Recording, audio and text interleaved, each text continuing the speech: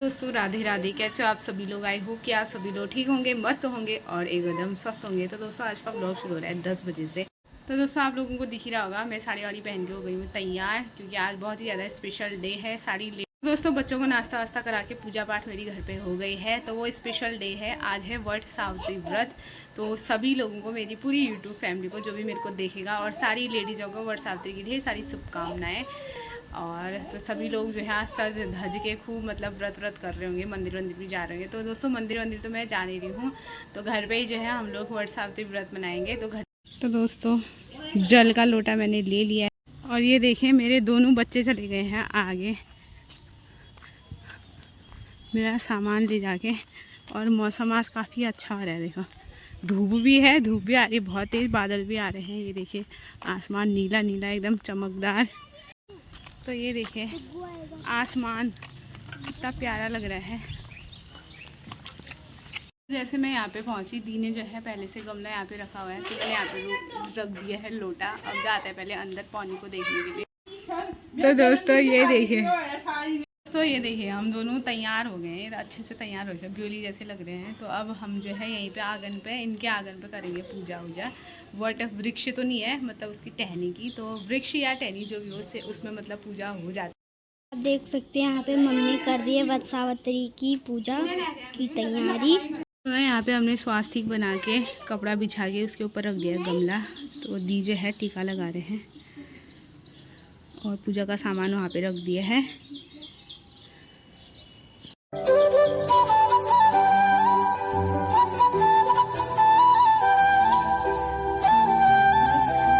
तो दोस्तों दी की और मेरी पूरी तैयारी हो गई है, सारा सामान वामान जो भी चाहिए होता है हमने रख दिया है।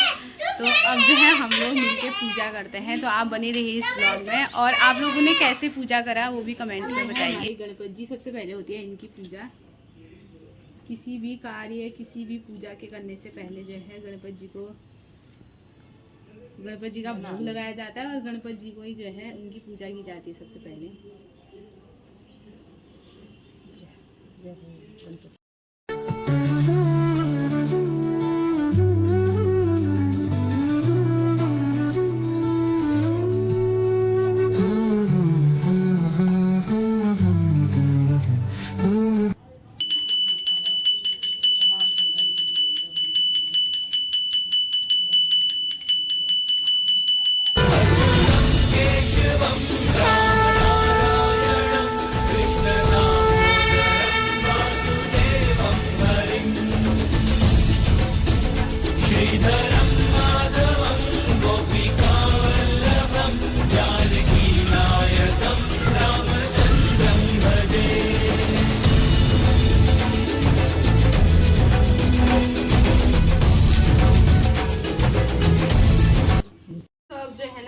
श्रृंगार चढ़ाएंगे। तो ये श्रृंगार जो है हमारा चढ़ा दिया। इसमें सब चीज़ होता है, रोली, चुनरी, कंघी, शीशा, सिंदूर, बिंदी, मंगलसूत्र।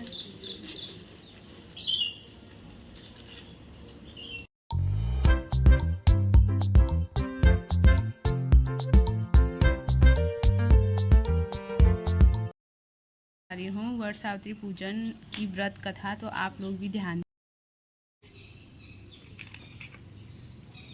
अमावस्या, ज्येष्ठवदी अमावस्या को वट सावित्री व्रत मनाया जाता है। इस दिन बरगद के वृक्ष की पूजा की जाती है।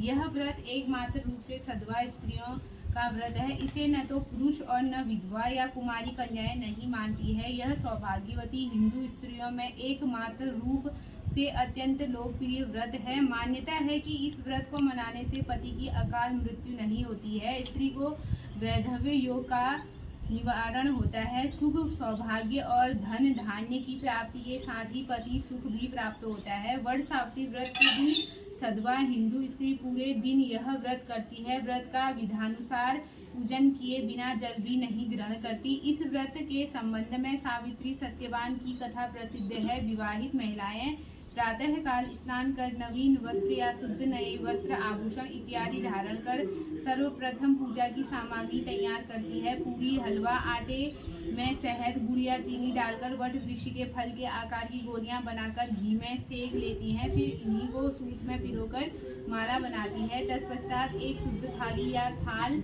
में पूजा की सामग्री, भोग के मिष्टान पकवान सजाकर रख लेती है। इसमें शुद्ध जल, कलश, फूल, धूप, दीप, चावल, कुमकुम, घी, भीगे चने, गुड़, हल्दी, रोली और कच्चे धागे इत्यादि सामग्री लेकर बरगद यानी बड़ के पेड़ की पूजा करने जाती है। यदि वृक्ष तक जाना किसी कारण संभव नहीं होता है तो घर पर बड़ के पेड़ की फल सहित पत्तियों सहित एक टहनी मंगवाकर उसकी पूजा कर ली जाती है। यदि यह भी संभव न हो तो एक कागज पर दीवार पर वट वृक्ष का चित्र बनाकर भी पूजा कर ली जाती है। ठीक है। प्राचीन काल की बात है। मध्य देश में अश्वपति नाम के परम ज्ञानी राजा थे। उनकी दीर्घकाल तक संतान न होने के कारण दुखी हुए राजा ने अपने राज्य के सब विद्वान, ज्योतिष, ब्राह्मण, पुरोहित आमंत्रित कर एकत्रित किए। सबका यथायोग्य सत्कार कर कहा, हे भविष्यदर्शी विद्वान विप्रो, आप सब गणना कर यह बताने की कृपा करें कि मेरे भाग्य में कोई संतान है या नहीं। तत्काल राजा के प्रश्न का उत्तर देने के लिए विद्वान ज्योतिषियों ने अपनी अपनी गणनाएं प्रारंभ कर दी। कुछ समय सब गंभीर होकर राजा की ओर देखने लगे। राजा ने कहा, आप लोग संकोच त्याग कर सच्ची बात कहिए। ज्योतिष बोले, हे राजन, आपके प्रश्न का उत्तर प्रसन्नता बढ़ाने वाला नहीं है, फिर सत्य को छिपाना नहीं है, आपको बता ही देना है। आपके एक अत्यंत रूपवान, बुद्धिमान, धर्म परायण कन्या उत्पन्न होगी। इसके अतिरिक्त वो भी अपने विवाह के 1 वर्ष बाद विधवा हो जाएगी। यह विधि का विधान है। ज्योतिषियों की भविष्यवाणी सुनकर राजा बहुत दुखी हुए। वे कन्या और अपने राज्य की भविष्य चिंता में बहुत दुखी हो गए। कालांतर में राजा के एक कन्या उत्पन्न हुई। वह समयनानुसार बचपन व्यतीत कर विवाह हुई और विवाह योग्य आयु की हो गई। राजा अपनी कन्या के विवाह का परिणाम सोचकर भी दुखी हो गए। वे ये विचारने लगे कि कुछ बचाव का प्रयास किया जाए। ऐसा सोचते सोचते दैव प्रेरणा से राजा को नारद जी का स्मरण हो गया। धर्मात्मा राजा ने आवाहन कर नारद जी को बुलाया और सारी बातें बता दी। नारद जी कुछ पल विचार कर बोले, हे राजन, तुम अपनी कन्या के विवाह का दायित्व उसी पर छोड़ दो। तुम अपनी कन्या से कहो कि वह अपने लिए स्वयं ही एक योग्य वर तलाश दे। तुम्हारी कन्या जिस युवक को अपनी भावी पति के रूप में तुम्हारे सामने प्रस्तुत करे, तुम उसी के साथ अपनी कन्या का पूर्ण शास्त्रोक्त विधि से विवाह कर दो। राजा ने अपनी कन्या सावित्री को बुलाया और नारद जी की बातें बताकर पूछा, हे पुत्री सावित्री, तुम कहो तुम्हारा क्या विचार है। सावित्री बोली, हे पिताजी, मैं नारद जी के आदेश का प्रसन्नतापूर्वक पालन करूंगी। राजा को कुछ सांत्वना प्राप्त हुई। अब राजपुत्री सावित्री ने सभी सहेलियों, दास दासियों और अनुचरों सहित भावी पति के योग्य व्यक्ति को ढूंढने में भ्रमण करना प्रारंभ कर दिया। अनेकों नगर, वन, प्रांत पार कर सावित्री एक छोटे से रमणीक जंगल में पहुंची। वहां पहुंचकर सावित्री ने अपना रथ रुकवाया। कुछ देर प्रकृति की सुंदरता निहारने के बाद सावित्री विश्राम करने लगी। आंख खुलने पर एक वृक्ष की डाल पर बैठकर कुल्हाड़ी से लकड़ी काटता एक सुंदर, बलिष्ठ और वर्ण युवक दिख पड़ा। उस युवक को देखकर सावित्री का ध्यान उस युवक के चेहरे के भावों, मुखाकृति और स्वभाव का अध्ययन करती रही। युवक का मौन निरीक्षण करते हुए काफी समय व्यतीत करने के बाद सावित्री ने अपने अनुचरों द्वारा उस युवक को बुलवा भेजा। सावित्री द्वारा बुलाया उसके पास आ पहुंचा। सावित्री द्वारा परिचय पूछे जाने पर सत्यवान ने कहा, हे राजकुमारी, मैं एक दरिद्रता प्रभावित कुलीन युवक हूँ। इसी जंगल में रहता हूँ। मेरे साथ ही मेरे माता पिता भी रहते हैं। वे अंधे हैं। मैं जंगल की लकड़ी काटकर बाजार में बेचता हूँ। इसी से हम तीनों प्राणियों का जीवन निर्वाह होता है। मेरा नाम सत्यवान पढ़ ली है। अब जो है मेन वट वृक्ष की परिक्रमा करी जाती है और जैसे मतलब 7 फेरे होते हैं, वैसे ही 7 फेरे जो है मतलब वट वृक्ष पे लिए जाते हैं। धागे मतलब धागा बांधा जाता है मन्नत का, हमारे और हमारे पति की जोड़ी जो है अटूट रहे।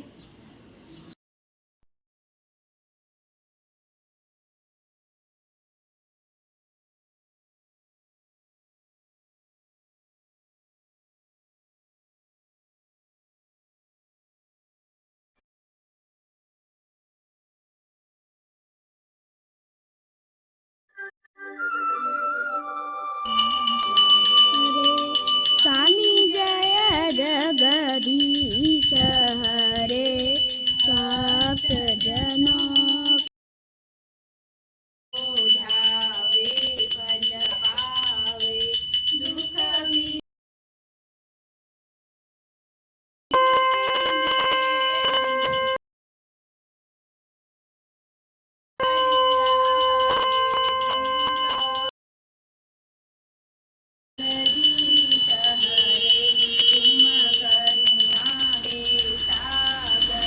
पूजा हमारी आरती सब हो गई है। मतलब हमने जो है वट सावित्री वाली जो पूजा होती है वो कर लिया है। फास्ट जो है शाम को ही खुलेगा, तो उसके बाद जो है ये गले में बांधते हैं दूध धागा। तो इसमें 7 गांठें होती है, तो ये भगवान जी का आशीर्वाद होता है। तो पौनी जो है मेरे गले में बांध रही है। अपन भया होना ही बांधी में, अपन भया होनी बांधी में निकालने में। सिक्का भी रख दे रहे हैं। प्रणाम प्रणाम। और अच्छा सा आशीर्वाद भी दे रहे हैं मेरे को। और ये देखिए, तो हमारी पूजा हो ही गई है। तो बच्चे भी हैं, दादा भी बैठे हैं इधर पे। और ये मांगते हुए, अगर हमसे कुछ भी गलती हो रखी हो, कुछ भी त्रुटि हो रखी हो, तो हे भगवान हमें माफ़ करना।